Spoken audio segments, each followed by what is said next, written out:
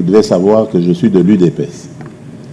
Et qu'en 2006, souvenez-vous, l'UDPS avait dit que si elle arrive au pouvoir, cette constitution sera...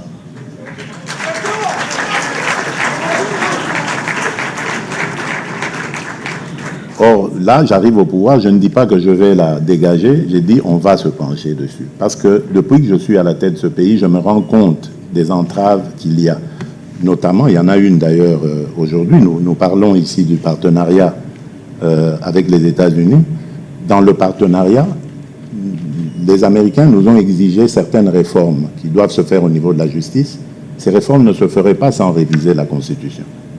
Donc vous allez nous interdire de la réviser parce qu'il y a 2 pelés et 3 tondus qui ne veulent pas qu'on touche à la Constitution. Et on va condamner tout un pays, toute une nation, pour faire plaisir à ces 2 pelés et 3 tondus. Vous voyez, le problème de la République démocratique du Congo, et je l'ai toujours dit, ce sont ces sachants ne sachant. En fait, bon, en d'autres termes, on les appelle les nonsologues. Ce sont eux qui pourrissent la vie. Et aujourd'hui, avec les réseaux sociaux, les choses vont parfois vite. On amène des débats qui n'en ont pas le sens, parce que ceux qui les amènent n'en ont même pas l'expertise. Le fait de regarder une constitution, pour se poser la question simplement de savoir, mais quel pays nous allons laisser aux générations à venir, ce n'est pas un crime. Je ne vois vraiment pas. Alors quand vous faites le parallélisme avec mon prédécesseur, ce n'est pas la même chose. Rappelez-vous que mon prédécesseur était arrivé à échéance, c'est-à-dire 2016, sans organiser les élections. On était déjà dans l'illégalité. Il n'y avait pas de guerre, hein, comme aujourd'hui. Il n'y en avait pas. Qu'est-ce qui avait empêché d'organiser les élections en 2016? C'est pourquoi, à ce moment-là, on a dit, ah, donc ça veut dire que non seulement vous ne les organisez pas, mais en plus, vous voulez changer la Constitution pour demeurer encore au pouvoir, etc. C'était un autre débat. Ce n'était pas la même chose. Et donc là, à ce moment, on s'oppose pas parce qu'on aime la Constitution, on s'oppose parce qu'on veut empêcher celui qui est là de le faire. Et donc, si ça m'arrive à moi de le faire, d'abord, sauf évidemment situation contraignante comme celle d'aujourd'hui de la guerre, que j'espère terminer le plus rapidement possible, mais si on ne peut pas terminer cette guerre, malheureusement, on ne pourra pas organiser les élections en 2028, mais ce ne sera pas parce que j'ai refusé de les organiser. Les ressources sont là, on peut le faire. Mais on ne va pas les organiser sans les Nord et Sud Kivu, quand même. Vous conviendrez avec moi. Comment est-ce qu'on va organiser les élections? Regardez en Ukraine. En Ukraine, ça fait 2 ans qu'il aurait dû y avoir des élections. Mais le monde entier a compris que M. Zelensky, le président Zelensky, ne puisse pas les organiser.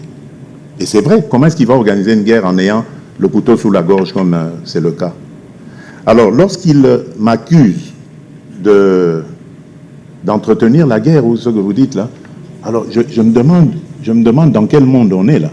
Donc, comment est-ce que moi, je peux faire pour être à la fois du côté Congo et passer du côté Rwanda pour inciter les forces rwandaises à nous agresser? Comment je peux réussir cet exercice-là?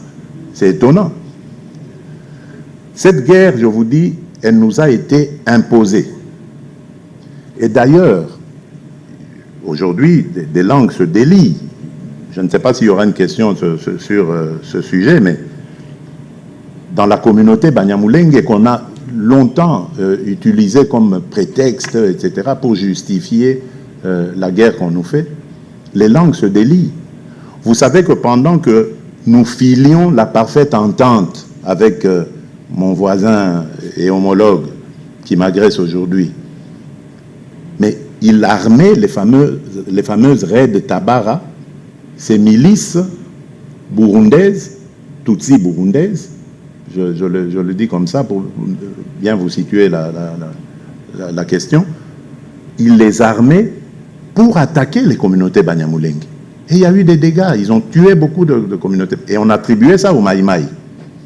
Mais en réalité, c'était le Rwanda qui le faisait, pendant que nous avions vraiment une entente parfaite. Donc vous comprenez que c'est vraiment diabolique ce que nous vivons là.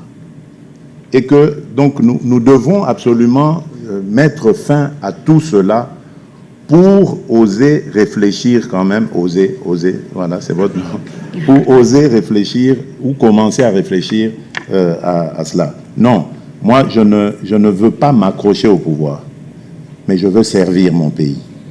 Et je le servirai avec toute l'énergie qu'il faudra jusqu'au moment où je passerai la main. Et pour moi, le scénario dans notre pays sera défini par celui en qui je crois plus fort que tout, c'est-à-dire le Dieu Tout-Puissant. C'est tout.